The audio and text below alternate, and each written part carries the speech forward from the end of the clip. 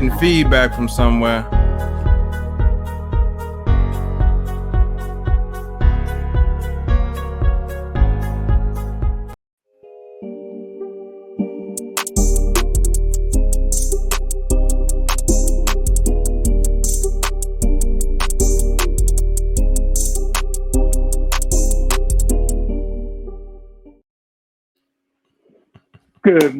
Good morning. What's up, fam? How you doing? I'm good. Good, brother. Excited about today's episode, the season finale. Same here, man. It's good How to are see you, man? I'm good. good. I'm good, man. Yeah, man. I'm excited, man. I'm excited. Full of energy, man. I'm excited, man. Same here. We matching each other's energy today. Good morning, Chicago and the rest of the world. Indeed. What is up? You are with the Money, Sex, Gen X podcast. This is season 4. This is actually our season finale. Why do you need therapy? Wow. And you are joined today. I am your host with the most, the man with the plan, the Scotty Pippen of podcast pimping. Wow. Mr. Eric McLeod, my team affectionately dubbed me E-Money. E-Money. So I will answer to both. E-Money in the building. And I am never alone. I am joined by the titan of Team Tech. Who that? Music mogul in the making. Don't tell nobody though. The Rasheed Wallace of Stock Market Knowledge. My co-host, the homie, Big Stu. Bo. Lick a shot. What's happening? Man, we're going to get it in today. We're going to cook up today.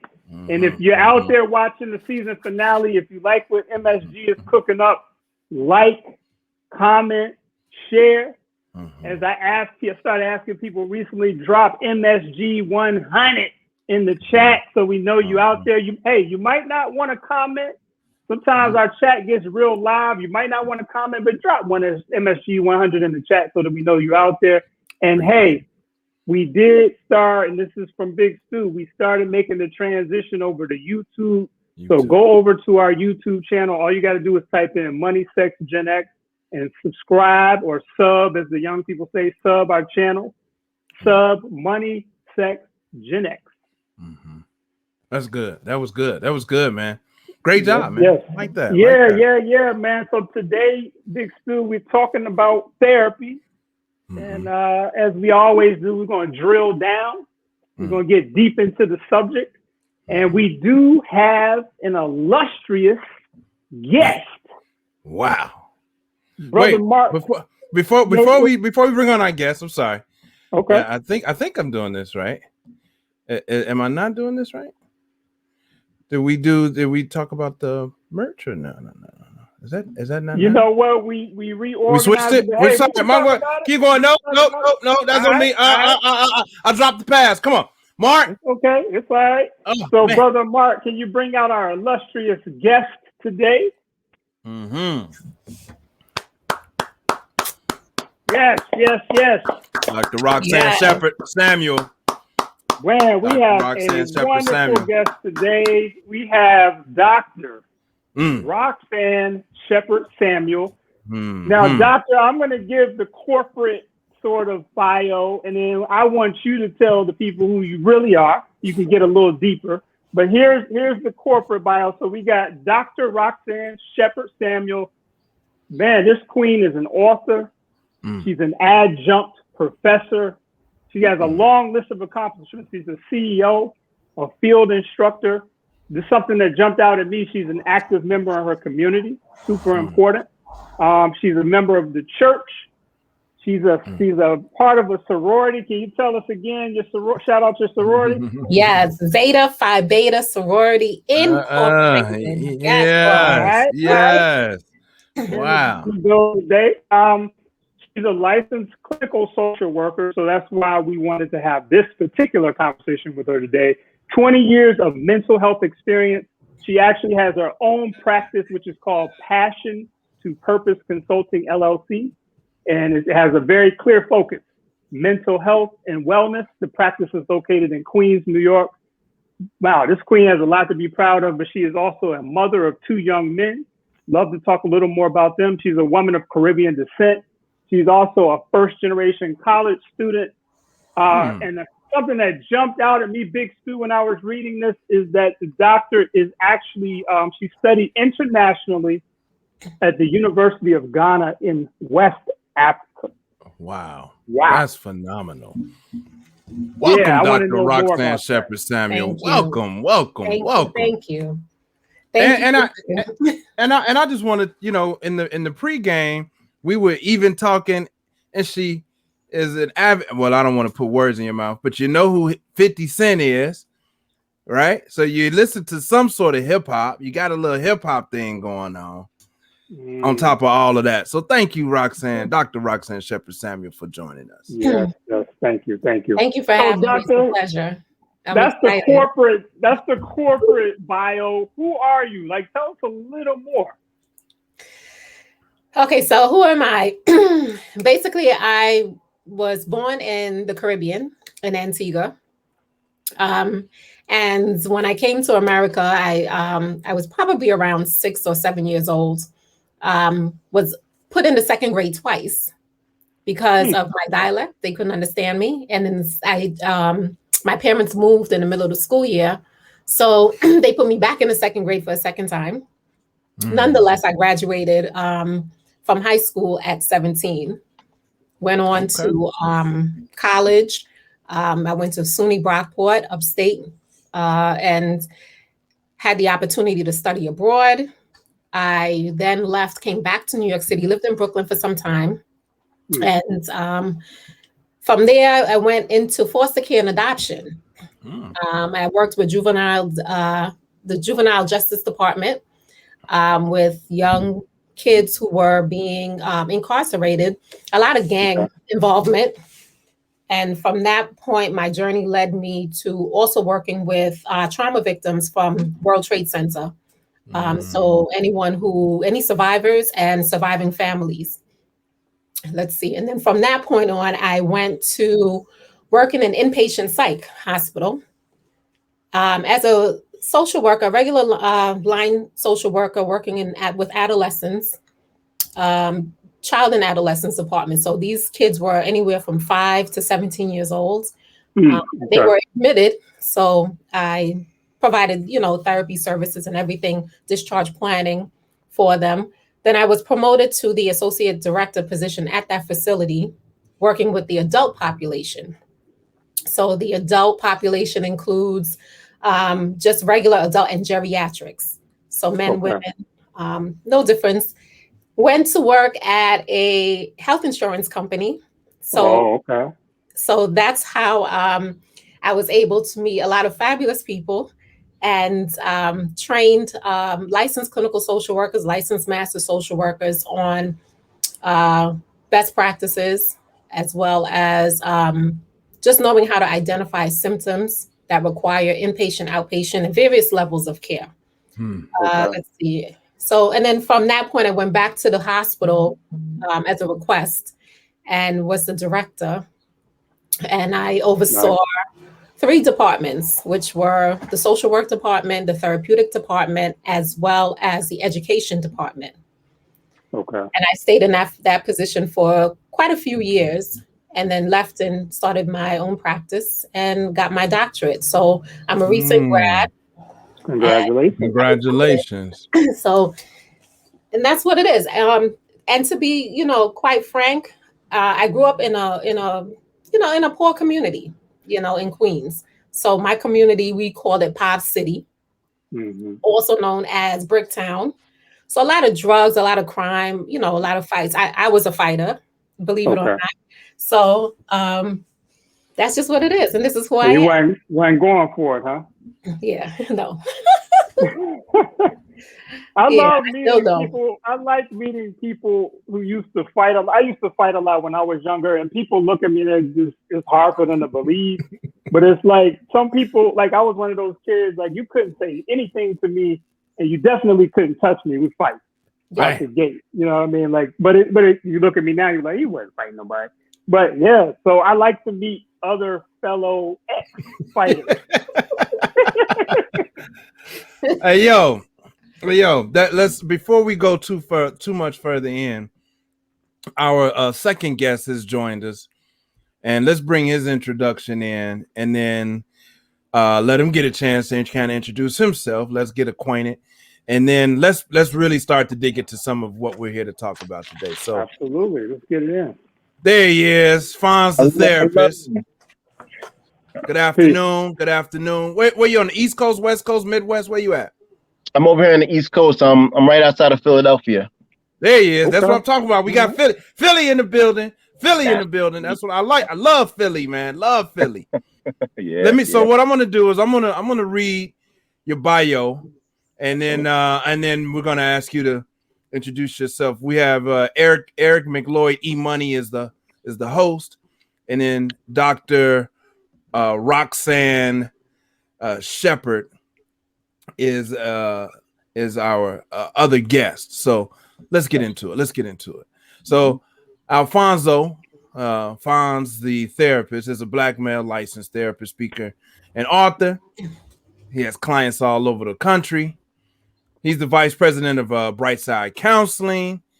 He's the co-owner of Brightside Medical Associates, where they specialize in treating individuals in various areas such as depression, anxiety, anger management, life coaching, structural family therapy, autism spectrum-based disorders, and sports psychology. Nice. So he's currently teamed up with Taraji P. Henson's Boris Henderson's Foundation to bring free mental health care to the Black and brown communities of America with their campaign, The Unspoken Curriculum. Now check this out. This gives young adults the ability to unload mental health concerns with someone, with someone that looks like them. That's Fonz the therapist. Welcome to the Money, Sex, Gen X podcast. Welcome, brother. Thank you for coming on today. Thank you for having me. I appreciate it. It's definitely a blessing to be on with you guys. Yeah. So tell us outside of that. So tell us a little bit. You can give us a couple of minutes about you, man. Who are you, brother? Absolutely. Fonzo Nathan, Fonz therapist. I'm a jack of all trades, try to be a master of all, but I don't know. We'll see. Like I said, I'm a licensed professional counselor. I deal with all types of mental health situations. I've been in private practice for the past since I was at the age of 24, 25. I've been in private practice, and it's just constantly growing. I'm happy to, in my earlier years in private practice, I was dealing with a much more affluent population, and then what I had to do was I had to look at myself, because there was this meme that came up on my timeline, and it said, "Black people go to jail, white people go to therapy," and that hit me hard, because I realized I was part of the problem, because I have all these skills, and I was giving it to individuals that didn't look like me. So I changed my whole setup, my whole situation to be part of a lot of foundations and organizations, to give my knowledge, to show representation for not only for the mental health, but also for aspiring mental health practitioners, that you can be successful in this field, and you can help others. So I for the past couple of years, I've been teaming up with different organizations to really push that and break the stigma for mental health. I'm an ex-football player, college football player. I know a lot of the college athletes, especially for the male football players. There hasn't been much platforms to be able to express yourself, because you're conditioned to keep everything in and act tough, and a lot of times they're the ones that struggle so much more. So I'm happy to be helping with those individuals. And one of my colleagues, his name is Jay Barnett. He's killing it out there right now as a Black male therapist. He's been featured on a lot of different platforms, and we're teaming up with Taraji Henson and her foundation to help these younger kids to really understand. We got to break these stigma, and that's what I'm about. No doubt. Beautiful. Thank you. Wow. All right. So we have some heavyweight mental health professionals in the house today. So we're going to drill down into this topic. So before we dive in, we always like to talk about why we wanted to talk about this. And as we all know, COVID is still running rampant in the world. And everybody's been dealing with issues. You know, Stu, people are dealing with jobs are being impacted. Family dynamics are changing. In many instances, people's living situations are just not what they used to be. They're having to adjust on a daily basis. And so, of course, mental health is coming into play more and more. As Fonz was giving his bio, I also thought about the fact that I feel like when higher income professionals, when they have mental health issues, I don't really know if they necessarily get the help that they need sometimes, because say if a person is making $200,000 a year or more, society would believe that, oh, you're okay. You're good. You got everything. You're making the money. You don't need anything. You're good. But we all know that that's definitely not the case, right? So say you're an entrepreneur, you're doing your thing, you make a lot of money. Those individuals have very special and unique, I'm sure, mental health needs. And so I want us to weave that into the conversation today as well. Now, you all are probably going to check me on this, but we always do, we try to do research before we come into every episode. We have a researcher, her name is Roxann. We call her our data scientist. Shout out to Roxann. She pulled up 6 things that I want to get your feedback on before we dive in. And her research suggests that there are actually 6 types of therapy. And let me know if you need to tell us that we're wrong or we need to add something. But she has that one type is psychotherapy, which focuses on interpersonal relationships. Psychoanalytic therapy, which is used for treating depression. Cognitive analytical therapy that emphasizes investigating one's past behaviors. Systemic psychotherapy that focuses on interaction and dynamics of people. Humanistic therapy, and cognitive behavioral therapy. Dr. Sheppard-Samuel, is that a pretty comprehensive list of the types of therapy that are out there? Yes, it is a comprehensive list. You have some social workers, I'm a social worker, so I speak from the social work perspective. And you have some social workers who really tune in and focus more on one particular or 2 different types of therapy, such as mindfulness-based cognitive therapy, which is another way of looking at a person in the present moment. And basically with that, they couple that with cognitive behavioral therapy, especially when you're dealing with people who are suffering with anxiety and depression. So, and that's where my field is. Okay. Yeah. And Brother Fonz, where is your, out of those 6, first of all, do you feel like that's a good list, and where do you focus? Yeah, I think that's a good start. There's so many, there's a lot more as well, different approaches. But that's a good foundational start for myself. I use like we said, mindfulness-based therapy that really helps with a lot of my clients with anxiety and getting them in the here and the now, and also solution focused. And that's one, because a lot of times as a society we focus on the negatives and the problems, but what this type of therapy does, it helps you focus on the times when things are going right, and why is it going right, and how do we duplicate that. So we focus more on the positives as opposed to just the negatives and the problem. And also DBT, dialectical behavior therapy. That's the best one for trauma. So you know, there's a lot of different approaches, but the initial one that you had, yeah, that's a good foundation of it. But you know, each therapist finds their own type of niche for how they can approach the client or guest, and how I see it. Okay.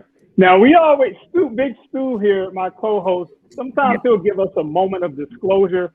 Stu, I don't know if you're comfortable doing this, but I'll say something later on. But have you had the benefit of having therapy, and do you recognize which type of therapy that you may have had on this list here? So yeah, man, I have therapy. I've had therapy. Absolutely. Based on this list, you know, I've had some therapy to address some PTSD. Okay. So I guess that would be what, psychoanalytic psychotherapy, I guess. Some separation anxiety.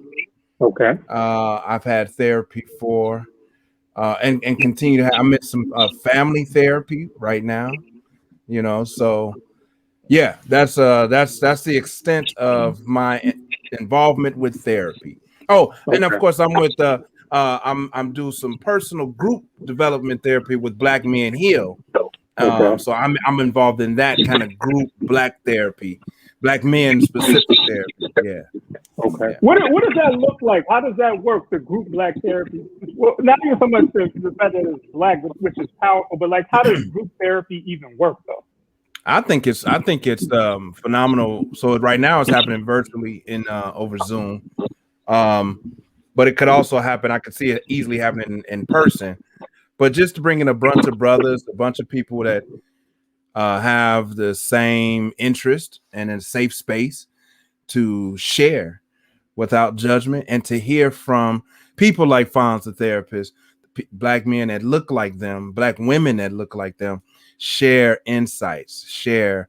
That's what it looks like for me. And then you get your takeaways, and then you work on it, and you come back and you share, kind of drop in, drop out. You know, no real ask, no real pushes, but that's what it looks like for me. Fonz, maybe you have something you want to say, or Absolutely. Again, big shout out to Black Men Heal. You know, that's one of the organizations I work closely with, and it's a great organization. It really helps break that stigma for our Black men to be able to express themselves. In King's Corner, that's what I'm assuming that you're talking about every Sunday. Mm-hmm. It's just a safe place to be able to talk about certain topics. Every different week they have different topics that you may want to address or talk about, and they have these guest speakers like myself or some other professionals to be able to have the Black men just to be able to feel comfortable that they have a professional opinion, but also it's like a brotherhood type of ordeal. You know what I mean? I like group work because it makes you feel like you're not alone. You know, especially for sure. Black men, sometimes you feel like you know these thoughts and feelings that you're dealing with, you're the only one that's feeling like that. And then when you start, you know, hearing other people having some similar type of situations that you're dealing with, it kind of feels like, okay, I'm not alone. You know, I can be able to, you know, work on this and process this, and it's such a great dynamic. So big ups to Black Men here. And to your point, these are men who are educated and high positions, upwardly mobile, high value men who are self-aware, who are conscious, you know, who dealing with a lot of stuff. So it's cool. Yeah. Beautiful. I'm about to check into that. What about you? What is your experience with therapy, Eric? Yeah, I've had the same types of therapy that you've had. Unfortunately, I feel like a lot of times I had the therapy too late. So I was introduced to therapy by going to couples relationship therapy in a prior relationship. The relationship, you all, was completely gone. There was no way to salvage it by the time we got to therapy. But it was like a last minute ditch effort to try to make something happen. It didn't work.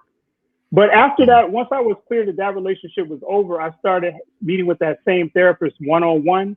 And it changed my life because she began to focus on my own behaviors and attitudes. And so it was a life-changing thing. And I began to promote therapy ever since. Now, I want to drill down, though, because we have a lot of younger people that are listening to this show throughout the world. Let's go back. Dr. Sheppard-Samuel, could you please define what does the term or the concept therapy actually mean? What is therapy? How would you explain it?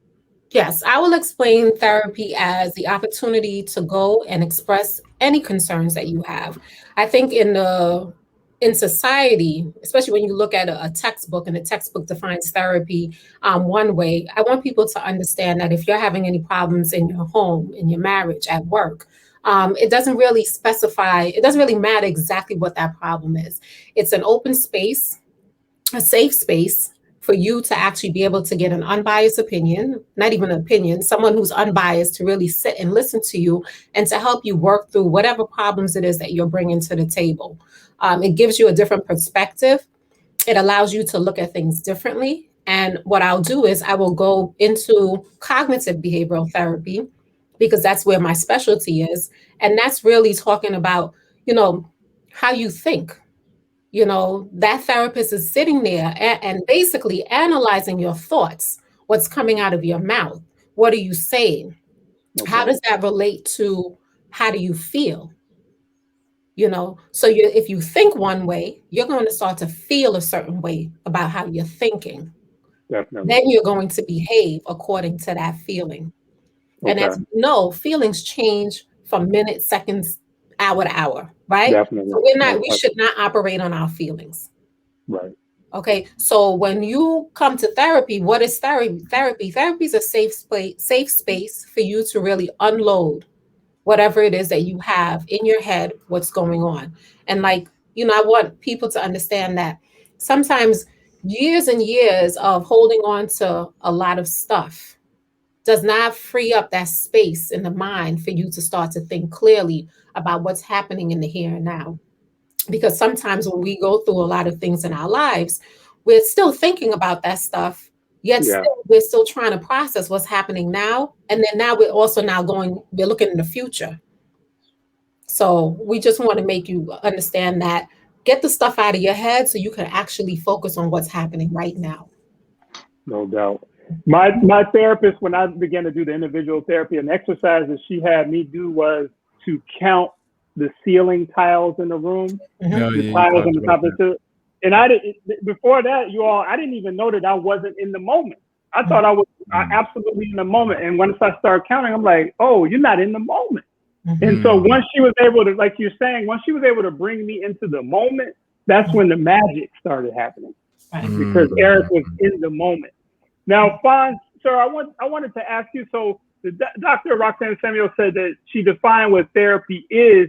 I'd like for you to kind of tell us, how does it work? And some, maybe from the perspective for people who haven't had therapy yet, what does that dynamic look like? Yeah, absolutely. That's a great question. I think everybody has a different reason why they're going into therapy. So everybody's experience in therapy is going to be fairly different. But the thing that is really important for everybody is understanding the importance of what we call the therapeutic rapport, or therapeutic relationship between the client and the therapist. Because if you don't like me, you're not going to want to listen to me. If you don't like me, you're not going to want to talk with me. So for me, like the first session or two is just really about getting to know you and letting you know that, you know, you can trust me with what you have, you know, going on. And so it's usually a session is about, you know, 52 minutes to an hour. And I break it down. And again, I do it different. I may do it differently with others, but I break it down just like that. The initial like 10, 15 minutes is kind of just like, seeing like how the week was and just kind of, you know, unloading or so. And then a good portion of that time from, 25 to 30 minutes is really maybe introducing some new things to you. And then the last bit is like summarizing. That's usually how I break it down. But sometimes, again, it's all different. If somebody just really needs to unload, I let them unload. But I never just, if it's 10 sessions of somebody just talking, them just talking and me not saying anything, I don't find it productive because they have to learn something from me. You know what I mean? Right. So any conversation I have, I try to make sure that they leave from my session with some extra knowledge. Not only just like unloading and unpacking, which is good for for a certain amount of sessions, but you got to learn something because the real work is not done in session. The real work is done outside of session. So and that's a good point. That's a good point. That's a good point. Because I always felt like, and I got that point later, but when I was in these sessions, I would always feel like the session went by so fast. Exactly. It's like as soon as I started talking, Stu, it's over. And I'm like, man, what am I supposed to do the rest of the week? Exactly. And that's what sometimes we fail to realize is that inside a session is artificial. You know what I mean? This is, in the real world, you're not going to have me, kind of coaching you. It's like, okay, what do we need to do for this week? Okay. Like, what's your plan for this week? What's some homework for this week? What do you got to be aware of for this week? And that's when I started noticing that people start getting, getting better because they know, okay, I have to work on, making sure, I'm not giving my energy to some emotional vampires this week. You know what I'm saying? Right. And so when you start working on that and you come back and we process, hey, listen, before my mom was real draining. Now I didn't give her my energy and I'm feeling a lot better now. And then we process through it. That's the real work, Indeed. Doctor, I see you nodding and I'm wondering, so this sounds like it's a very serious endeavor, but are you able to introduce humor into your interactions with your clients? Absolutely. Or is it all serious? No, absolutely. So I'll share with you what a session with me would look like, right? Okay. Okay. And I'll use the proper terms. So the client comes, whether it's virtual or in person, okay? And what we do is really just have a conversation, right? We get to know each other, especially this is the first session, warming up, all right? Because like Ifan says, the client has to want to be there. You have to have a connection with the client. Right. So there has to be, it's a two-way street. And when I do a consultation at first, I let the clients know. I said, you're interviewing me as I am interviewing you. Because not every therapist is equipped to do everything for everyone. Okay. I so want to talk about that like more. how we're not here for everybody. We're only here for a set of people, right? So when the client comes, we dialogue. I want to get to know who this person is, right? And I want to see how much the client is willing to share with me. And I do not a full, but somewhat of a mini assessment because I want to know what's your immediate problem, what's happening with you currently, right? And I want to know a little bit about your past, okay? So, and then I also want to know from the client, what is it that you want help with? Because I need you to tell me what you want me to help you with. Okay. And 9 out of 10, it always evolves throughout the session. They come with one thing. And then by the time sometimes they don't even want to leave, to be honest. I'm sitting there and I'm telling them, you got to go. I'm done with you. We finished. You can fly. You've earned your wings. You're good. And then they come back with something else. Right. You know what? And it's a blessing because like my brother says, we're here to take away that stigma. You understand? We want people to come in here and feel comfortable. And one thing about our people is that it's something that we haven't done historically. So we want to make sure that the platform is open, it's sensitive, it's culturally appropriate. You can identify with me, I can identify with you. And like my brother said here, you have some people who are working professionals, and you also said it, Eric. Working professionals, sometimes they're the forgotten ones. Absolutely. Always think everybody got it together because we're established. No doubt. You understand? So my practice really also focuses on those working professionals. I got engineers, scientists, you name okay. Yeah. That comes into the office and they have their safe space.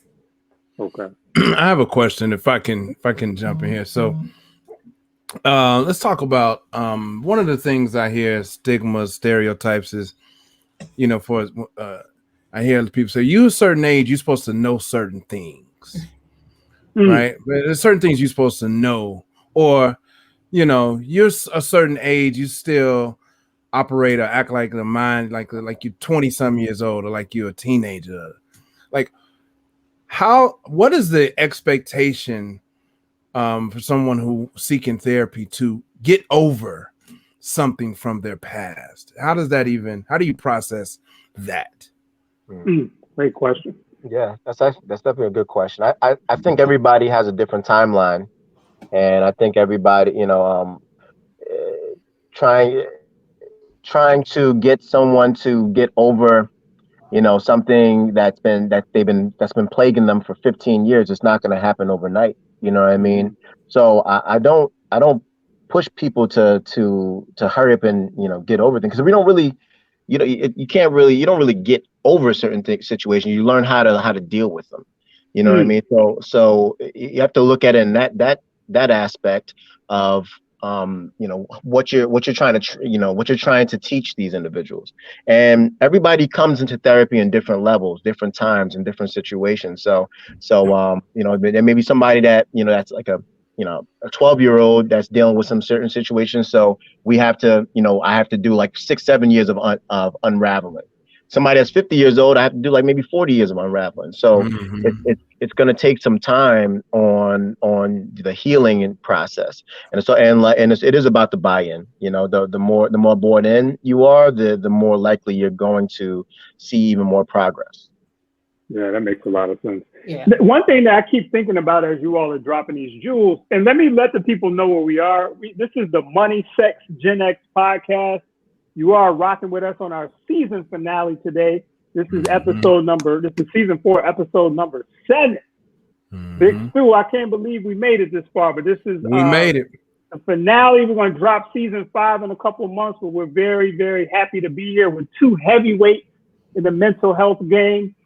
But one thing I wanted to ask you all is, I know from doing studies that most sciences originate from Africa. I know a lot of people will get upset about that. Certain groups might get upset, but that's my understanding based on the research that I've done. I would like to know, is therapy something also that it was rooted in Africa? When you said therapy rooted in Africa, explain that. So the science of mental health, did it begin in Africa, in the continent of Africa? Or is this a Western science that we just all have adopted? Well, you know, that's a great question. And I would say that it all depends on the terminologies that you want to utilize, right? Because healing has begun way back. Great point. Right? So again, because of Caribbean descent, we had our ways of healing, right? And it was not necessarily talk therapy, right? It was more holistic, more ritualistic. So when you look at the Africa perspective, yes, we had rituals that we will go through, rites of passage and so forth. So when you're focusing on the therapy piece, the Westernized folks will say, yeah, we do more of the talk therapy. Africans or Caribbeans, we will say, no, that's something that we don't do that much because we think all of that, you're crazy. That's what, you know, that was the stigma in the Caribbean. Oh, he's going crazy. Look at him. He has to go to a crazy house for somebody to go help him. You know what I mean? That's right. That's what I know. Right. Okay. But if there was anything going on as a church body, as a spiritual body, we will come together and we will sing songs, we will heal, we will preach, we will pray. Yeah, that makes sense. Fonz, what are your thoughts about that?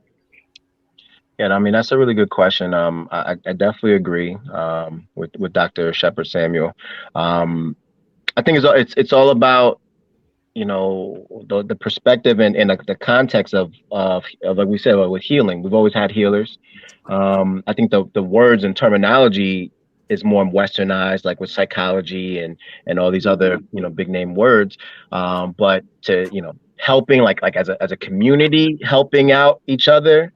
I think that's always been part of our roots. I'm from West Africa, so you know, but we're always very big with like, you know, family meetings and family roots, and like that's just pretty much family therapy, you know. But you know, over the years, you know, there are certain stigmas that have been laid, and you know, we're sweeping things under the rug and trying to forget about things, as opposed to in a westernized situation where we're trying to really, you know, deal with it and process through it.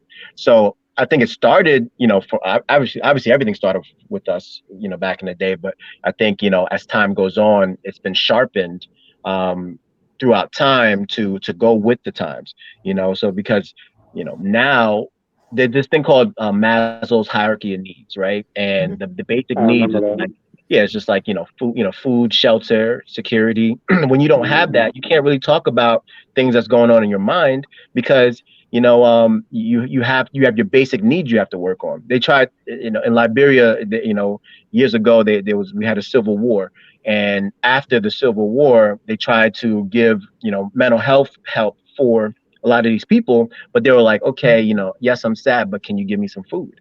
You know what I mean? Like, you know, I'm not thinking about my sadness. I'm sad because I'm hungry. You know what I mean? So a lot of the times we see more psychology and mental health in more of these highly developed countries, because we have the opportunity to be able to think about, other things as opposed to shelter and food and stuff like that. So that's why we see this more in these westernized situations. So again, it's all semantics. It all depends on, how we look at it. Yeah, I love those answers. That makes a lot of sense to me. The healing, just the fact that the concepts were always out there. They might look a little bit different, but it's all about healing at the end of the day. Absolutely. Beautiful. Now, we titled this episode, Why Do You Need Therapy? And we all know, of course, that the reasons that someone might need therapy will vary. But I wanted you all to talk a little bit about some signs that you might need therapy. Before I ask you all to answer that question, I'm just going to give you like why I kind of felt like I needed it in certain situations in the past. Anytime it got to a point where I felt like my strategies weren't working, that's when I personally felt like I needed therapy. And I know everybody has their own mindset, but it's like I'm a very strategic person. And I feel like most of my strategies work in my life, but there are times where it just didn't work. In romantic relationships, and sometimes with parenting my children, it just didn't work. And so that's when I knew. But I wanted you all to talk to people, especially the younger people out there, about like, as they're moving throughout their everyday life, what's some things that they need to pick up on that may suggest that they need some help healing? You want to take that one, Dr. Sure. All right. So some of the signs that you need therapy can be simple signs of, I'm just not feeling like myself. I don't understand what's happening. And it's similar to what you said. When the things that you normally used to do, you're no longer doing them. You're not having pleasure in things that you once did. You find yourself sleeping a lot more. You find yourself eating more or not eating or any sort of disruptive sleep. Those could be signs that you need therapy. If you're finding yourself to be irritable, you have mood changes. 1 minute I'm all right, and all of a sudden or if you find that you're feeling that way specifically with one person or within one group, sometimes that could be a disruption in certain things that's happening for you. Other times that you can tell if you need therapy is if you're just not focused. If something is weighing on you so much and you just can't focus on getting your work done, or when you're doing things and you just can't finish them, because sometimes we have that energy and we have that motivation, and all of a sudden we start a task and we find ourselves not able to finish these tasks. What's going on? What's happening? Other times that you may need therapy is if you're just isolated. You once were this vibrant person, and all of a sudden you find that you just don't want to do anything. You don't want to go anywhere, and you just want to just be by yourself. So those are some signs. Yeah, I definitely agree with that. What I would say is just, if it interferes with your daily living, if something's interfering with your daily living, that's when you need to seek dire help. But I'm also going to push for everybody to go to therapy, just like everybody needs to go to a doctor. You know what I mean? When everybody should be going to a doctor at least once a year to get a checkup. I think that we have to put mental health in that type of light. Same thing as physical health. I go to therapy once a month, and I do that to help me be able to, again, unwind and be able to, just to make sure that I'm helping out as many people as I can, because you can't help others unless you help yourself, right? No doubt. So I think it's important for everybody to at least have access to an outside personnel to be able to go, help with their daily living. So even therapists have a therapist. Absolutely. The doctor better have a doctor, right? Yeah, I gotta practice what I preach. I can't be all stressed out and then I'm like, I can do this on myself. Then start telling people, you need to seek help. You know what I mean? So as therapists, for me, actions speak a lot louder than words. When people see me, lifestyle wise, and just like how I'm dealing, like then they feel more comfortable. Because like it's like getting diet and tips from somebody who's like really unhealthy. They're like, you don't believe it. Right. I mean, I have to make practice in my self-care. I'm groomed. I'm energetic. I'm feeling good. Because that makes people believe that, okay, this person is practicing this lifestyle, the things that he's saying, all right, maybe I can listen to. Great point. Stu, I think I cut you off, brother, accidentally. But were you about to make a point? Well, hopefully you all. I'm having some. Can you hear me? Okay. Yeah. Okay, good. So is there? I hear you. Everybody needs therapy. Dr. Roxann Sheppard-Samuel, Alphonso, the therapist. Who's good? Who doesn't need therapy? Like who would you say? You know what? Who in the limelight that we would know? Would you say? You know what? That type of person, they don't need therapy. That's the goal. Who is that? That's a good question. I don't know. When you find out, you let me know. Okay. To be honest, I think everyone can benefit from therapy. Just like Ifan says, you got to use it like it's your medical. Like you go to your regular medical doctor. And one of the things is it's a regular checkup. So like I'm thinking, in my mind when I thought about it, it's like, Oprah doesn't need therapy, right? Mm-hmm. But then we're all saying, right, that's the point that I want to make. Like, even Oprah needs therapy, right? No question. You probably need it more than we do. Well, Oprah probably goes to therapy. When you're in a higher status, like now you have access to doctors. It's more about, when we're in the people who are in need, they're the ones that don't have the access to therapy. Oprah probably has access to the best of the best. So if she's not feeling the best, somebody, Dr. Phil or somebody else is going to hit her up. You know what I mean? So a lot of these individuals that talking I see, they have access and it's less of a stigma compared to when you feel like you don't need it because you may not have the funds or the time. Oprah has a lot of time, so she can be able to work on that. Chris Rock said on an interview, he goes to therapy like every single day. He has That's crazy. Therapy. Yeah. You know what I mean? So when you have that accessibility and that time freedom, you can be able to work on yourself. Yeah. Absolutely. Yeah. And then also to add to that, I would say that, and I'll use myself as an example. There was a time where I experienced a trauma in my life. And I literally went to go see a psychiatrist because I felt that I needed that level of intervention in order to get myself back on track.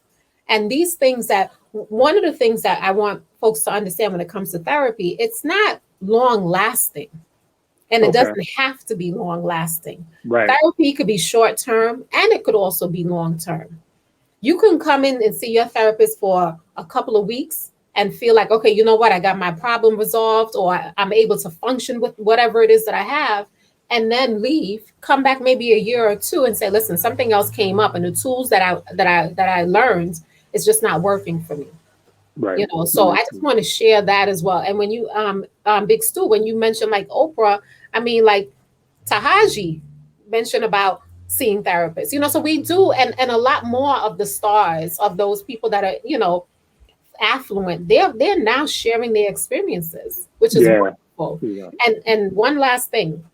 Ifans, you had mentioned something regarding access, and that's a big problem for our community. Mm-hmm. You understand what I'm saying? And I'll put it out there. I have fought with insurance companies because they don't want to provide our people the appropriate access. They want to allow them to choose whoever they have in their network, which doesn't always reflect our people. And when I hear it, if someone calls me and said, listen, are you in network with so-and-so? And I said, no. And if I get multiple phone calls, I will go and call that insurance company and try to get on the panel. Because for me, if we have insurance, use the insurance. You understand what I'm saying? Use it. But when someone is not able to use it, it's a problem because now they don't have the funds to come and pay out of pocket. So now they're a little bit now deterrent from getting help. They just be like, forget it. I'm not doing that. Yeah. Right. That's so access is the issue. Absolutely. I gotta ask you all this. I want to lighten this up a little bit. Y'all dropping some heavy jewels out there. I'm sure some people out there taking notes. This is a globally listened to show, which is great because we don't know who all is going to be touched by this information. But I'm gonna lighten this up a little bit.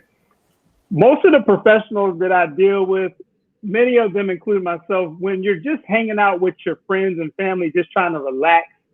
Do you all ever, like, for example, I got a friend that's a lawyer. She'll be just kicking and hanging out with her family. And they'd be like, stop trying to bring law into this conversation. Stop trying to lawyer me. Or for me, they'd be like, stop trying to financial advisor me. Like, let's just talk. Do you all go through that when you're just trying to chill and you're not even thinking about therapy, but you might just say something and your family is like, yo, don't psychoanalyze me. Just don't, you know what I mean? Do you all go through that? Absolutely. When I would go like and meet new people, I wouldn't tell them I'm a therapist, because what happens, what I've learned now, what I've noticed now is that every time I walk in a room, it kind of changes, because people are on like trying to be on their best behavior. I feel sometimes like some like pastors and preachers feel sometimes when they walk in and everybody's like, "Hey, pastor, how you doing? You know, I'm doing good. I pray." And like sometimes, again, before, you know, I'm a very like laid back person. You know, I try to say I'm funny and stuff like that. Like, so when I try to say jokes, sometimes like now because of platforms I'm on and like what I do, people don't see it as jokes. They're just like, is he serious or is he laughing? And like, I'm like, man, am I not funny no more? Or is it because like I'm a therapist, but I think that I'm always like analyzing them. And like once I'm out of the chair and things like that, listen, that's turned off. You know what I mean? Because I'm not gonna go ahead and be like, you know, give you free therapy, because at the end of the day, like that's my bread and butter. So if somebody, you know, maybe wants to ask me a couple of things, I'm not even gonna go fully in there, because it's like, all right, if you need something, here, I'll give you a referral or anything like that. So I just be chilling. But you know, again, it definitely feels different when you're walking in the room. So now how much of that is self-inflicted versus the reality? Now, I don't want to over psychoanalyze. I'm not about to try to reverse psychoanalyze you, but for real though, like, you got a superpower. Y'all got superpowers now. I know there's some people like, yep, they could use my services. Yeah, let me slip you my card, right? Like, yeah, but I turn it off because everybody can use our services. I'm like, okay, all right, you know, I just turn it off, because in my earlier time, I would be like try to like save the world and be like, all right, you need therapy. Okay, that's what I'm talking about. That's real. You learn that it was like, okay, that ain't gonna get it. Let me just fall back. Can't save the world. I just be. Doctor, how does that look with you? I mean, I know you got 2 boys. Are they accusing you of that, or how does that go? No, actually, you know what? Thank God, my boys they're wonderful. Like, they actually give me therapy sometimes, because you know, I think the great thing is that when I walk in the room, it's almost like a magnet. Somebody just knows, and I could be on vacation and they'll come to me and ask questions, and I'll be more than happy to answer the questions and, you know, keep it brief. But for me, when I'm out of the office, I like to have a good time. I'm not going to I don't have time to worry about what's going on in your head, because I'm worried about what's going on in mine. There you go. You know what I'm saying? So I don't even look at it that way. That's great. It's good to know that y'all are real people. Now, try to remind people, everybody's a real person. At the end of the day, you got to deal with your own stuff that's in your own head. And I'm glad that you admitted that you get that you get your own therapy, because that is super, super. Even for the pastor, the teacher got to have a teacher. The pastor got to have a pastor. Coach got to have a coach. Coach got to have a coach. No doubt. You know, I live by this book of Malcolm Gladwell. What got you here won't get you there. And it's for people who are already high achievers who are aspiring for more. And the title says it all. Well, what got you here is not enough to get you there. And sometimes you just need somebody else that can help you get over that hump. And that's how I see therapists. Now, but Dr. Roxann Sheppard-Samuel, I want to ask you a question, because I didn't know the difference. What's the difference between a therapist and you said you had to go see a psychiatrist? Yes. Yeah, I thought that was the same. Like, what's the difference? Okay, so a therapist can be a licensed mental health counselor, a licensed clinical social worker. They can have different, like a psychologist. Now, the difference is a psychiatrist is the only one that can prescribe medications. Oh, okay.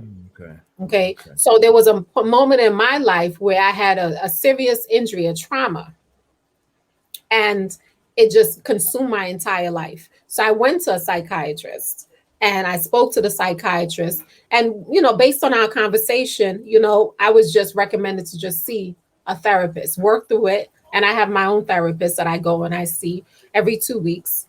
And a lot of it now is just really just to talk about, just decompressing whatever it is that may be happening for the last week or two. And that's about it.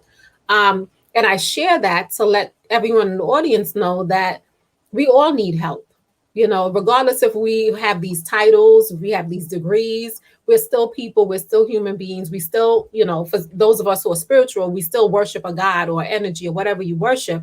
And we still need that support. So don't be afraid to go out and ask for help. Right. I believe Big Stu said it when he referenced the book that he's reading. We all need help. What brought you here is not going to get you there. Not at all. Because things change, times change, and people change. And as you can see, what happened within the last year of this pandemic, who would have ever thought? You know what I mean? And one of the other things I want to mention within this pandemic is that our younger generation, our kids, are suffering as a result of this pandemic. I mean, the suicide rate for young kids, 5 to 11, 5 years old to 11. 5 years old. Parents are wondering, what could you have going on? But trust me, that isolation, that inability to be in community, and all the other things that's happening within the school system and the structure or lack of structure. There's so many reasons, and then they may be even in homes that have history of violence.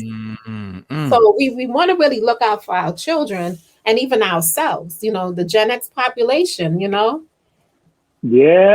I was going to ask you about that. So I wanted to ask both of you all, from your point of view, do you think that Gen Xers are participating in therapy more or less than millennials, for example? I would say less. Yeah. The millennial population is the one that will come out and really seek help.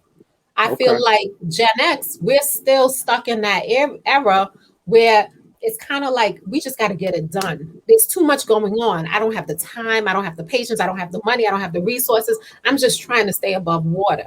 You understand? And that's the part that I want people to understand is it's not healthy. You understand? To keep constantly running and going and like I think Oprah and Yana always say your cup half empty or half full and all that. No, you want a full cup.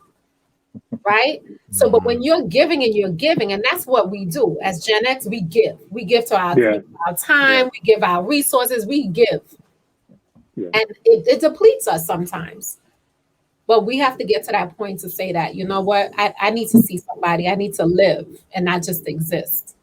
And I think that's why spaces like the Black Man Hill and King's Corner are so important, because a lot of us, some of us are underinsured, uninsured, and whether it's $50 a session or $125 a session, $50 a session, we just haven't prioritized it financially. And so King's Corner and Black Man Hill gives Black men the opportunity, if they can't afford it, to taste the water, if you will, to determine who's even out there to trust with your stuff. Right? And so, I got a list. I didn't even know that I would get a list of 4 or 5 Black male therapists. I had no idea, that there are that many Black male therapists out there. And so, Dr. Roxann Sheppard-Samuel, I'm hopeful that we can continue to find affordable ways to give our people access to the therapy, because you're right. More people, in my opinion, need it than don't. And we can all benefit from it. We got to destigmatize it and make it accessible, more accessible, in safe spaces. So that's my 2 cents. Stu, I like what you said. That sounds like another T-shirt. Who can I trust with my stuff? Who can I trust with my stuff? That's what new T-shirt alert coming next week. Who can I trust with my stuff? Make sure I get one. Yeah, definitely. We will do that. We will do that. No doubt. Now we know we don't have you all. Unfortunately, we know we don't have you all forever. So I want to hit a couple more points before we let you all get back to the day. But one of the things, and you all are helping the culture tremendously, as you always do every day. But today is special because I know that there's some young people tuning in that told me they were going to tune in that needed to hear this. But I wanted to ask you all, so we've defined what therapy is. We've defined the origins of therapy. We've talked about some of the signs that maybe you need a therapist. We've even given some examples of where we've actually all participated in therapy. But one of the things I had as a question is, do you all as practitioners think that therapy is evolving? Is the practice of therapy actually moving forward? Is it evolving? Is it devolving? Do you think it's staying the same? Oh, it's definitely evolving, as it should be, because, people's mindsets now is a lot different than it was 20 years ago, 30 years ago, even access to it. Telehealth wasn't really that popping until, prior to pandemic, but like 10 years ago as well. So I think therapy, like anything has to evolve. If not, it's going to be obsolete, just like if it doesn't evolve, it'll be like Blockbuster and Nokia. Right, you out. It's no good. So I think just the approach, the representation is starting to change. I always encourage a lot of my Black men. Like I was the only Black male in my entire program for graduate school. You know what I mean? And I'm like, there's a lot of white women here. You know what I mean? And I was the only one. So I'm encouraging like my younger Black men, my Black kings, this is a great field to be in. Yes. I have a very, very, very, very comfortable life, and a lot of times people didn't go in this field because of the stigma of, this is the working for it, which is definitely not the case. And you can help people out. So I think the representation has been changing, and just like the approaches have changed. DBT wasn't really a thing until 5-10 years ago. Like so, there's more. So it's ever evolving.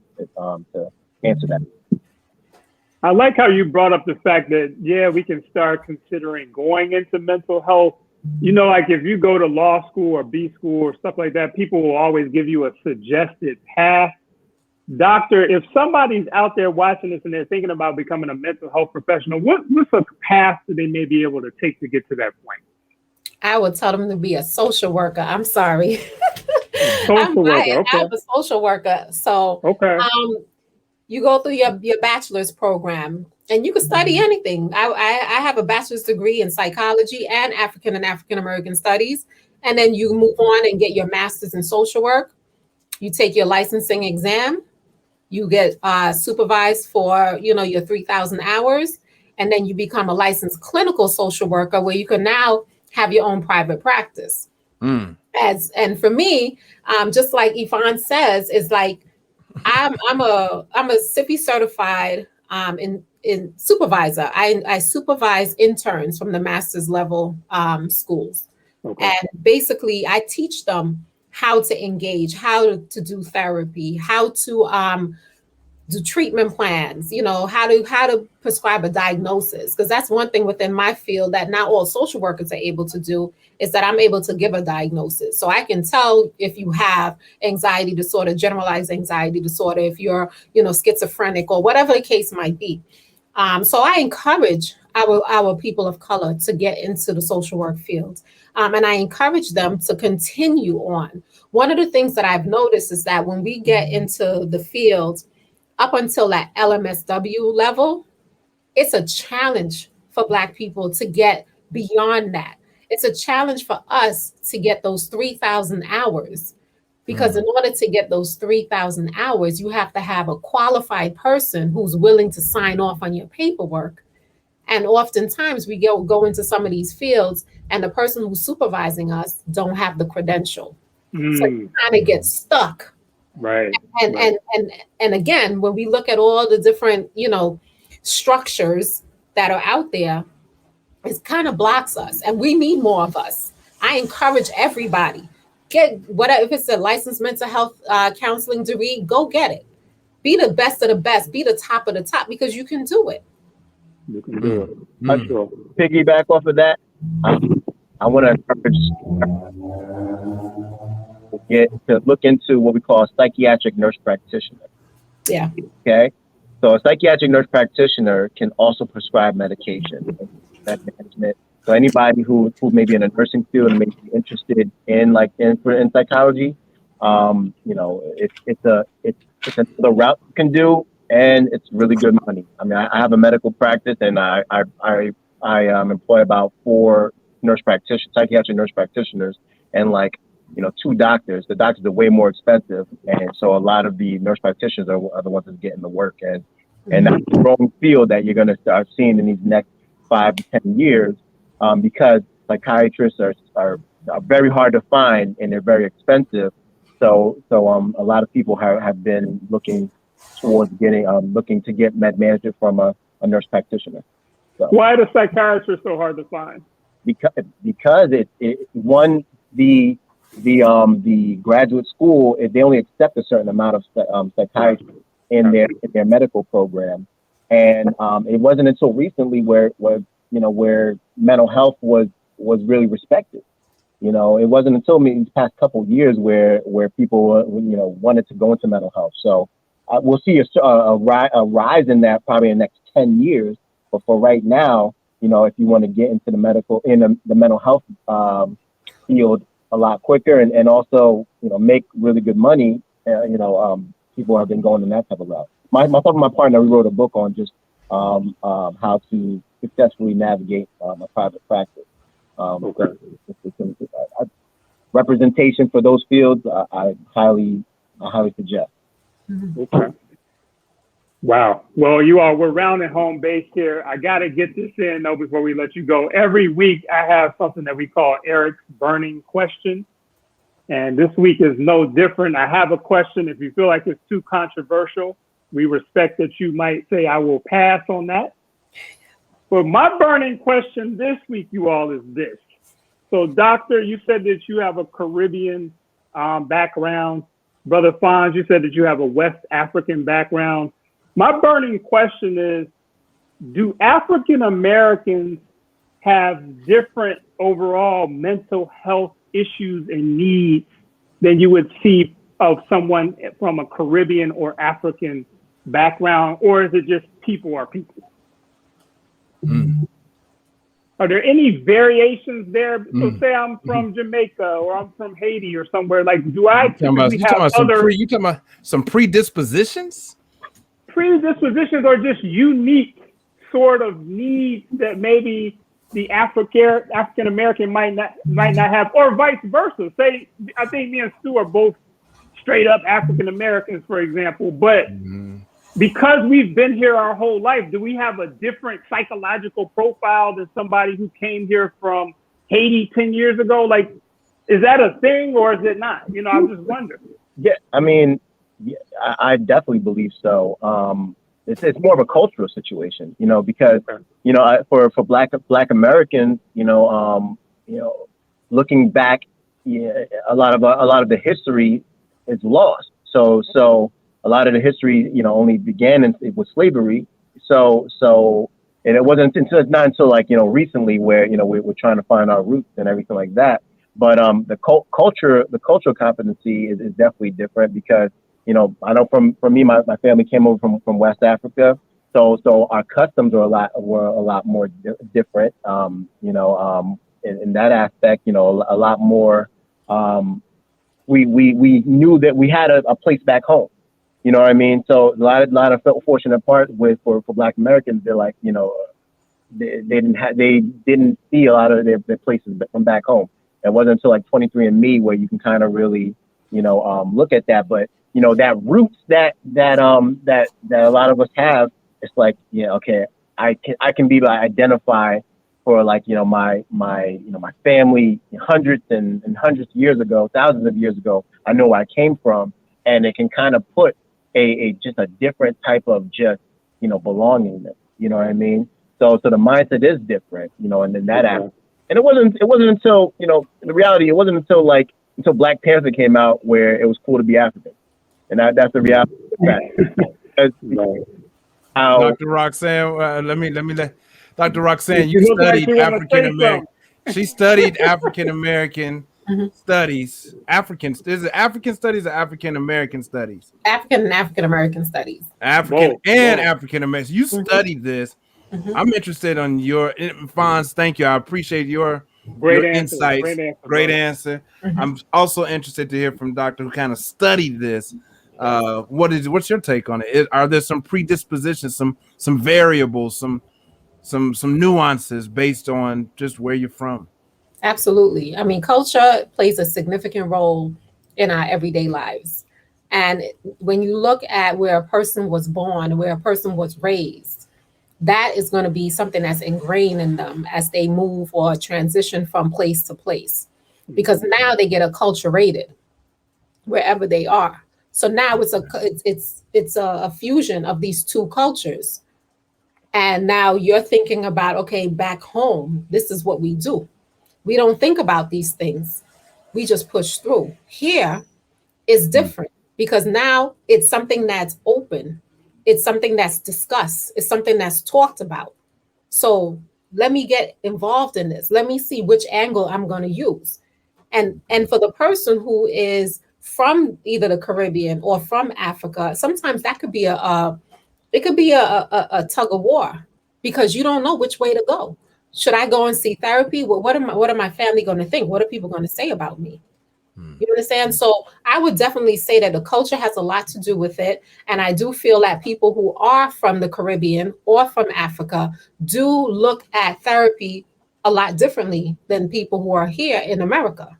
Okay. I think the stigma is a lot stronger in the Caribbean than in Africa.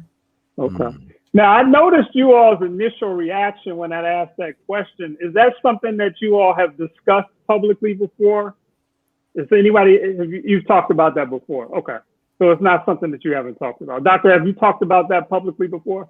All the time. I mean, okay. It's definitely something that you grow up with because when you actually see someone in your family or someone in your community or from your culture who could benefit from therapy and they was like, no, don't want it. Kind of know where that taboo is coming from. Right. Okay. Well, thank you all for joining us. I just want to ask you all to do one last thing. If you could just leave the people with something to kind of wrap up this conversation in the context of, why do you need therapy? I think Brother Fawn said that everybody needs therapy. But just leave them with a little nugget before you transition out.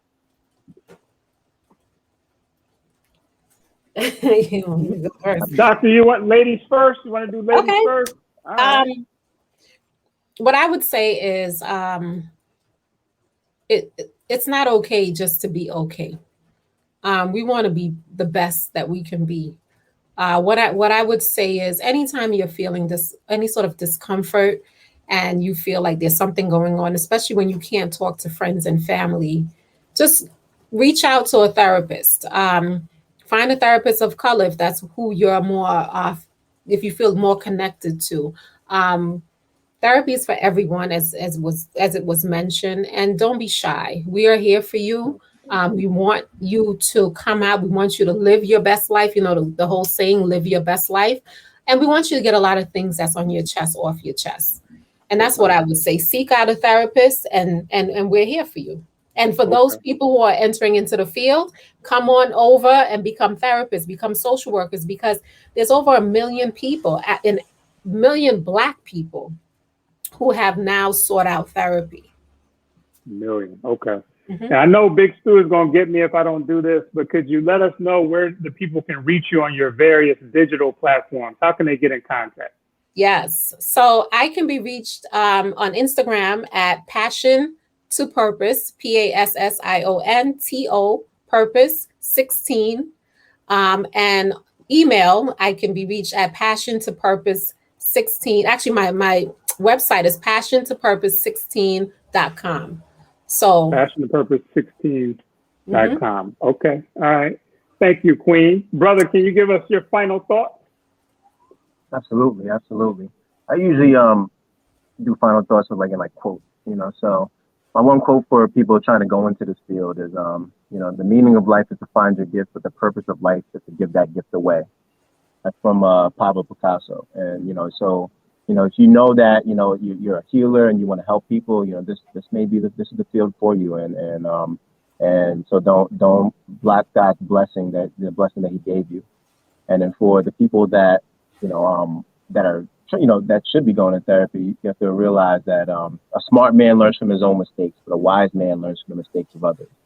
So meaning you don't have to deal with these things by yourself, and you have to go through every single bumps in the road by yourself. You can be able to get the advice from people who might have been there or who have worked on this in order to really help you out. So, those are just a couple of things I want you to leave from. Just know everybody needs a little, an ear to listen to, Indeed.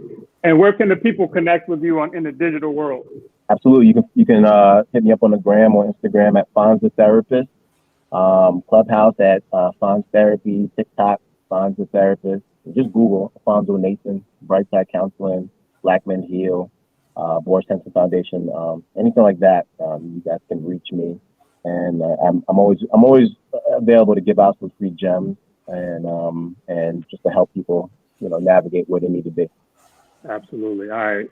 Well, thank you, Queen. Thank you, King. You all showed and proved today. A lot of people are going to see this. All right. Can I add one last thing? You definitely can. Thank you, Stu, as well. I just want to say, for those people who are looking for therapists, you can also look at Therapy for Black Girls. I'm also listed there, and Therapy for Black Men. So those are all platforms that you can find people of color who are doing this kind of work. So I just want to say thank you, and thank you to the both of you. It's a pleasure meeting you at Fonz, and this was absolutely amazing. Yes. So that's it. Very powerful. Salute to both of you. Salute to both of you. You have a good one. You all do the same. Man. Wow. Talk about jewels being dropped. We did a July 4th on May 30th, bro. We brought the fireworks. You dropped bombs. I learned some stuff today, man. I always say that, and it's always true, but my views about therapy are definitely broader now. Definitely broader.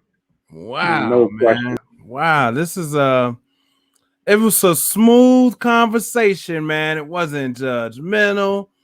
It wasn't, it didn't feel preachy. It felt good. It was easy to hear this conversation.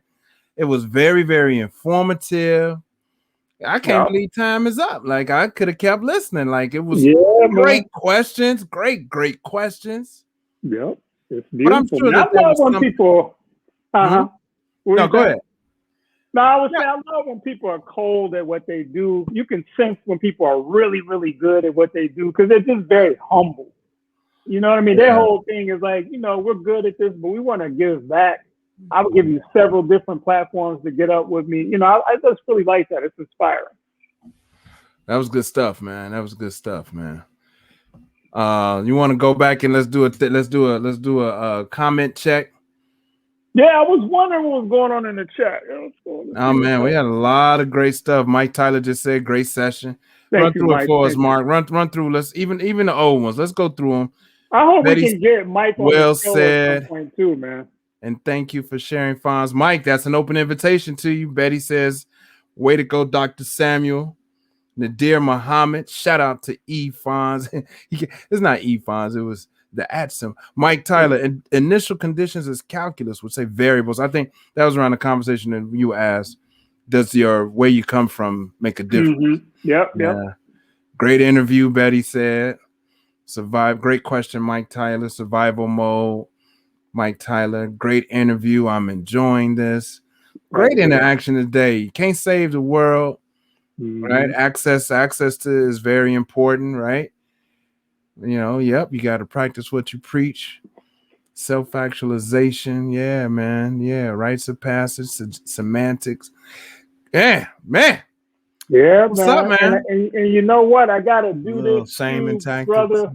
I gotta mention the fact that Betty from over at NelsonCareerCurators.com is the one who brought us Dr. Sheppard-Samuel today. She made that connection for us. So thank you, Betty, to you and your team for doing that. Now we know this heavyweight in the game, so we appreciate that. Thank you. Thank you.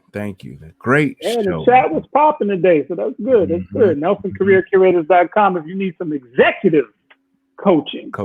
Yeah. That's who you need to call.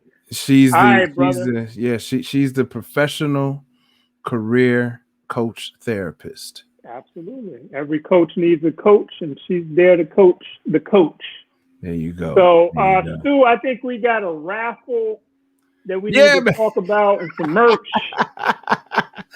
This raffle, the competition was none. So all you had to do was enter once and you won. Okay. All right. So And we have that winner. We have that winner. All right. We got a winner. We got a winner. Shout out to. Hey, look, the raffle open to anybody, man. $1 is $1, man. I don't care. You know. $1 holler. I could have won the raffle. You could have won. I should have put it in too then. Man. I could have got me another hoodie. Man, you could have got something. You get a hoodie yet. Dang, you should have put $1 in. I'm putting $1 in next time. So we got to put $1 in right now. Can I? No, it's too late. No, you got to do it for next. No, it's too late now, man. But that's a come up, man. While you was talking, huh? Man, that's a come up, man. That's a come up, man. We got a winner this week for a free item off of our merch store. Why don't we pull up what's on the merch store anyway before we announce our winner? That's the new joint. Stay right there for a second. You're only selfish to people who can't get their way with you. That's cold, brother. That's off the Wisdom Wednesday edition. I love when you do this on the black ones. Those are nice, man. They pop. Man. I like the baseball tee too, but that black one, I like that. The color, that's the color. The colors of the brand. Mm-hmm. And we got another one. We got a new one that's gonna drop next week. Even though it'll be on this, we're gonna keep dropping joints. We got there's the mug, the red pipe and black pipe. Red pipe and the black pipe. Yep. Yeah. Throwback. Oh, this is the other one. Eating better. That's the other one I want. He's in the eating better. Yeah. And it's a champion joint. Okay. Mm-hmm. A few of them. The socks. I gave the socks away as a gift. My lady loved the socks. I have that. I got that joint right there. Okay. I got that. That's nice. We got some nice merch. Still stay masked up, y'all. Stay masked up, y'all. Stay masked up. Backpacks. I finally got that tee for my lady. Oh, you did? They like finally got the t-shirt dress for her. That was nice. Okay. What color did you get her? The little mauve. Right, I think it's a mauve in there, a little natural mauve. Yeah, these joints nice. I might. My lady does a lot of working out, man. So she likes leggings. I might have to cop her the leggings. Yeah, that would be nice. I had to cop her the leggings, John. Those are bold. I might have to cop the legging Jones for. Mm-hmm. No doubt. Yeah, man. We got some nice merch on there, man. Yep. So support the MSG platform. It's not about us trying to make a buck. We're good as far as that, but we want people to just help support the brand, support the platform, MSG. Buy a hoodie, buy a t-shirt, socks. Yeah. Help us represent out here. It's the brand. Hey, Mark, if you were to buy something off of here for yourself, what would you buy? Show us what you would buy. Mark, shout out to Mark, who's our production manager, director of production in the background. Killing it. I want to see which one he would buy. What would he buy off of here? The mug. He'd buy the red piping mug. One of the piping. I'm sure he'd go with the red piping. Right. He'd buy the mug. There you go. Okay, right. Wow. Okay. Well, guess what? Guess what, E? Guess what, Mark? He already knows. We had one entry for our raffle. Lava Boy, a.k.a. Lavelle, is our raffle winner this week. Right. And he wins an item off of our store, off of our merch store. So he's going to get the mug with the color, the red piping. Congrats. Yeah. Congrats. Help us push the brand. Oh, he said nice shirts. Mike, well, cop you one. Show us. It's a nice one. Cop a couple of them. Right. And enter into the raffle. Go to Cash App, $MSG podcast. Enter $1. Enter $1 for a chance to win a free item off of our store. $1 holler. $1. Just drop it at the MSG. Drop in the comment section. Drop your email. Drop your phone number. So we know it's you. We ain't gonna cheat you, man. Yeah, y'all know how it is. Y'all know how it go down on other people's platforms. So help us out. And we got one more, fam. We got one more set. We got two more segments we got to get through. Yeah. One is characters from corporate. I think you're gonna like this. I'm gonna run through that real quick, and then we got our pool artist of the week. which is always solid. Can't wait to see who that is. Let me dive into this real quick. Characters from corporate. We try to give up a little bit of corporate game. You know, if you're just tuning in, sometimes you might be like, man, why should I even watch MSG? For what? I'm busy. And what I would say is, man, we drop a lot of jewels, man. I mean, if you're in corporate and you're trying to navigate, this is a way for you to submit your situation or your story and get some feedback from 2 seasoned people. We've made every mistake imaginable in corporate. We've also we've had some successes, but we give a little feedback. So that's characters from corporate. So this week, our entry says, hello, I'm 35-year-old man from Staten Island. Shout out to Staten Island. Shout out to the Wu-Tang Clan from Staten Island. Shout out to Staten Island in New York City. Brother says, I love characters from corporate, so I thought I'd write in. Okay. Because of COVID, I've been working from home for a year in my small apartment. I work for the city of New York, and recently they encouraged me to get the COVID vaccine, so I got it. Okay. My first day back, I took the Staten Island ferry into the city. I don't know if y'all been on the Staten Island ferry. Comes in the Battery Park in Lower Manhattan. And he says, then I took the train to the office. He says, I started getting anxious on the way in because so many people did not have on masks. But when I finally got to my cubicle, before that, I passed by a few other people that I knew, but I didn't stop to chat. But they did not hesitate to come over to me all day long trying to hold conversation. I know people are saying that they got vaccinated, but I'm still hesitant about talking face to face with people without a mask. Wow. All right. And he says, the second day I was about to head out for work and I had a panic attack. Indeed. I called in and told my manager that I needed to work from home. She insisted that I come in. I hung up the phone, waited a few minutes, and then I called back and just said I need to call out sick. Am I a character from corporate, or is my manager just being insensitive? Stu, what you got to say about that? COVID, man. COVID is not gone. Brother, he's coming from all the way from Staten Island. He's riding the ferry, riding the train, running past all these people. No telling how many people he passed to even get to the ferry. You got to get off the ferry. No telling how many people you pass to get to the train, even though there's a train station right there. But still, you walking past people, they don't have on a mask. Then you finally get in the building, they don't have on a mask, but they want to talk. Stu, what you got to say? My ego wants to say, man up. My ego wants to say, man up, dog. You know, shit, you got to live, man. What you tripping? You got the vaccine. Why are you tweaking? That's what my ego want to say. But the true self is, I'm siding with dude, man. Come on, man. Come on, man. Nah, man, I ain't been out. I ain't all these people.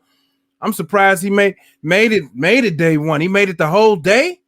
Woo, yeah, man. Woo, PTSD. Oh man, the anxiety levels. Yeah, man. I'm borderline germaphobe right now.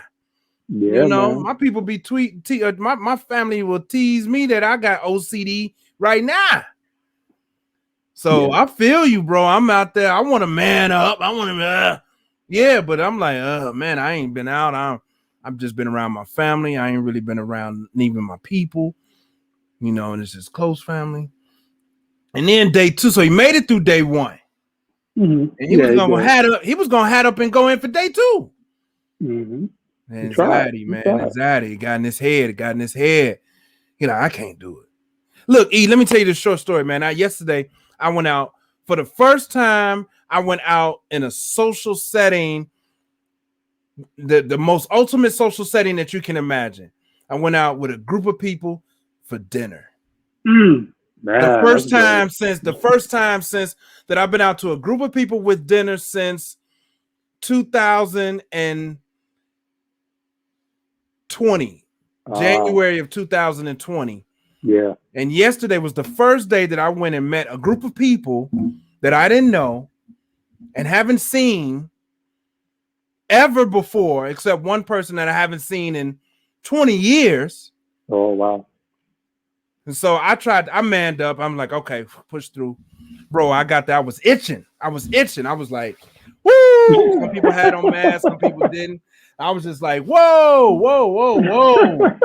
Drinks is being passed. It's like, people eating and talking. I'm like, oh my gosh. Oh my God. About how many people was it? This is about 9 to 10 people. About 9 to 10 people. At the tables, no 6 feet, no 6 feet, no 6 feet. I'm like, okay, I'm trying. So the fact that he made it for day 2, but he had that panic attack. I feel him. Yeah, man. I feel him too, man. I remember that day you did that, and this was only the second time that you and I met in person. But we went to that promo shoot for MSG, and I was tweaking that day. I was like, I was happy. I was happy to see you.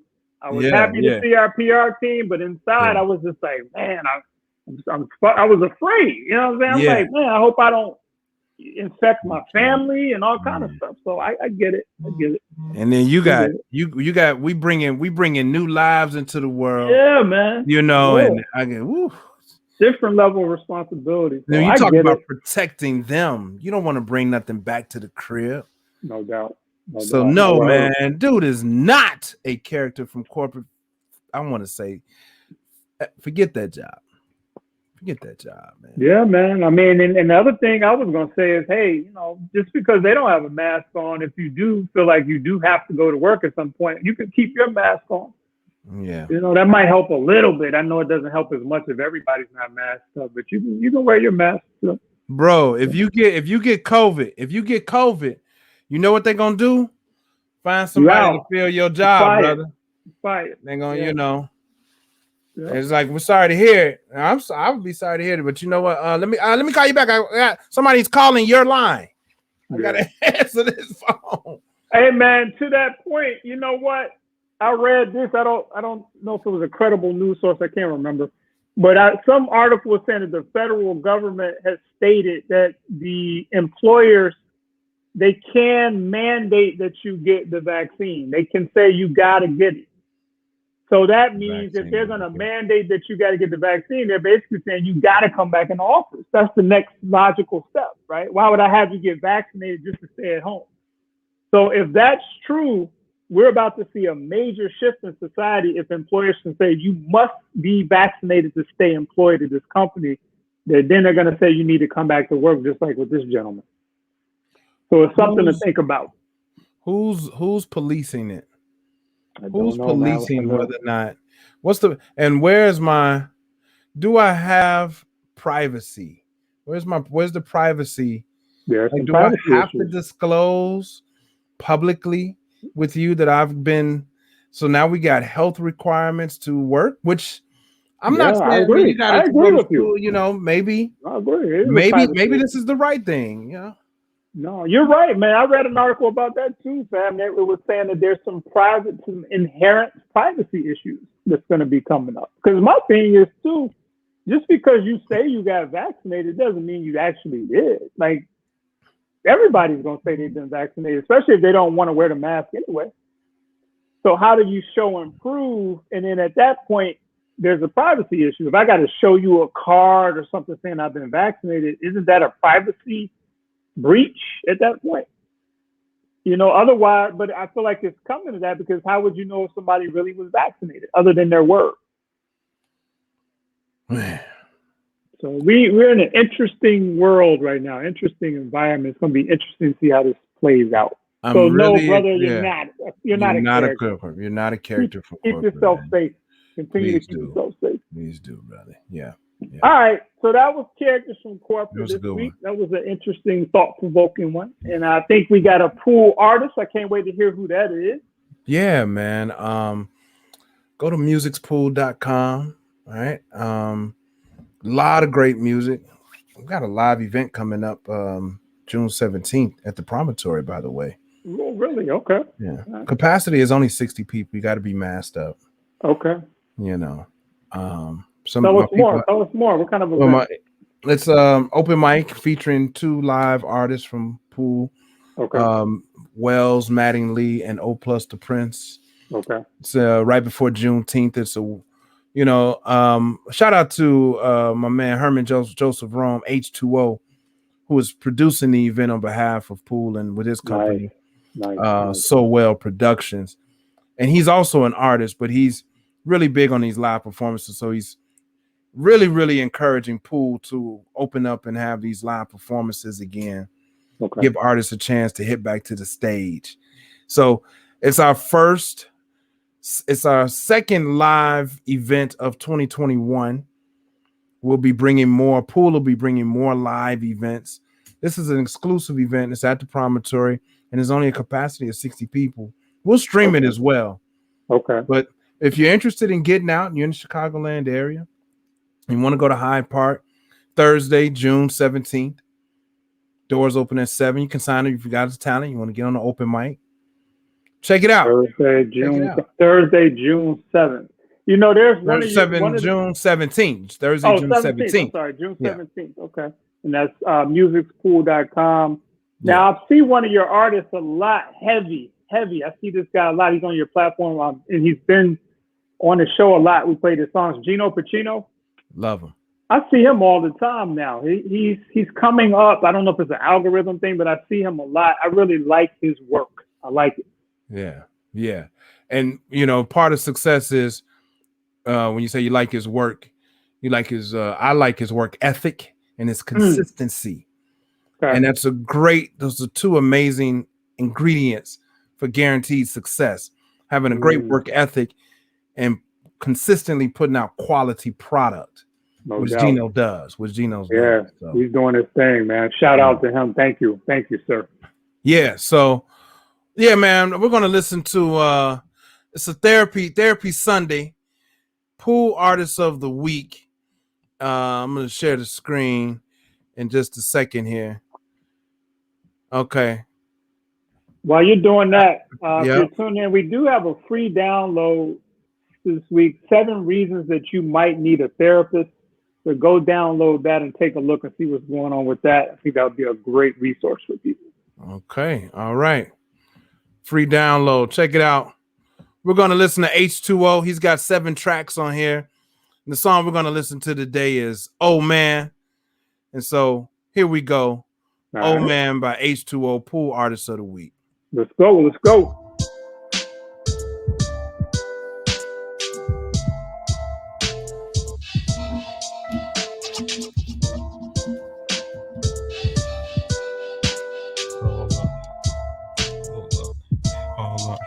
I'm gonna say it.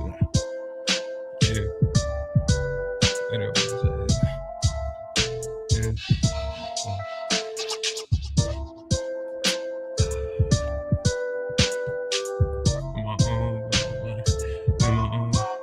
Hold up. They think they stopping my zen. They think they blocking my wins. They on the opposite end. Sometimes the opposite's your friends. This here is not for pretend. I'm thinking about copping the biz. I just be saving my dough. Actively saving the hood. Got no time for saving these hoes. I might just marry the game as far as sanctity goes. Light up some dank in this bitch. Shots. Flash, bank in this bitch. I flow a river, put bank on it, ayy. Something so clear you could dream from it, ayy. I used to pray for this, dream of this. Now I'm the one that they sleeping on them. Low-key the swagger so secret-ish. But every time I speak, I'm leaking it, ayy. Jump out the gym, you can't leave with them juice. Don't even jump, you get put on the post. That might buy me some ice, cause I got the juice. Just enough rope for you to hang a noose. You better off just aim me for.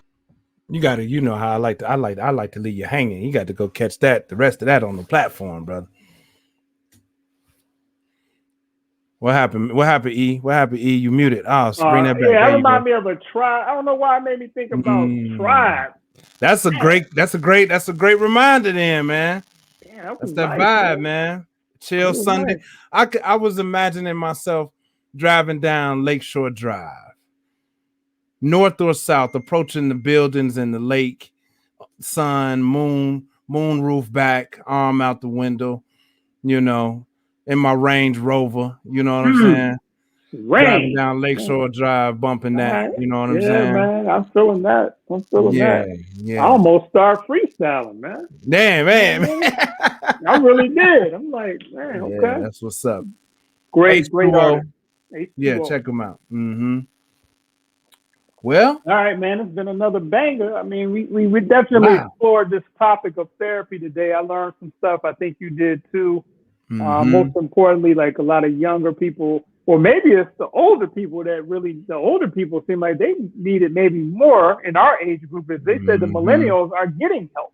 Yeah, it's us we old heads. Talking about we helping somebody younger, but maybe today we helping ourselves. Gen X. Yeah. Wow. Come on, Gen X, represent, man. Go get Go get that help. We got two heavyweights that would love to talk to you. But yeah, beautiful episode. This is it for us. I think we're gonna redo our real estate episode at some point, and then we're wrapping this season. It's been a beautiful ride. I love it, every second of it. Amazing. Even I have no complaints. Hey y'all, I'm gonna tell you this. Look out for what's coming down the pipe. What's coming down the pipe. That's all. Thank you for helping. Thank you for being here with us. Mike Tyler, super Gen Xer. Day one. He's been a day one. I remember he was hanging out with us on the first season. Yep. Betty Nelson been thorough the whole time. No doubt. You know, it's been great, man. So Nicole, we got Nicole Carter on the DMV. We actually brought her on the show.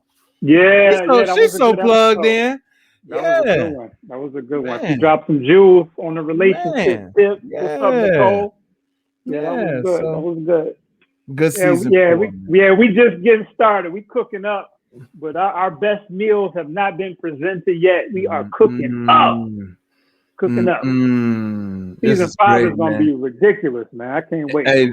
Hey, look, man. It's Memorial Day weekend, and shout out to everybody who fought in any war on our behalf, particularly Black soldiers. Shout out to y'all, Black soldiers. No doubt. Shout out to everybody. Yeah, my people as well. Yep. No matter black, it ain't just black. Anybody who's laid their life on the line for our freedoms in this country. Shout out to you, no doubt. That's no cap. But shout out to you. Shout out to you, Black soldiers, for real. Appreciate y'all. No doubt. But I'm going to get on the grill, man. I'm literally. I'll upload the rest of this later today. I'm like end it and I'm out the door. I got to roll. Same here, man. I'm gonna talk to one of my homeboys and then I'm out the door. So I hope you have a great time with your family, man. And I will talk to you soon.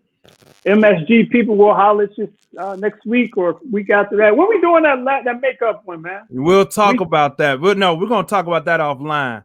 Straight up. All right. We don't want to make no promises that we can't. Right. But this is the wrap of season 4. The season 4 is wrapped. It's wrapped. Now we wrapped. All right. We'll holler at y'all soon. Peace.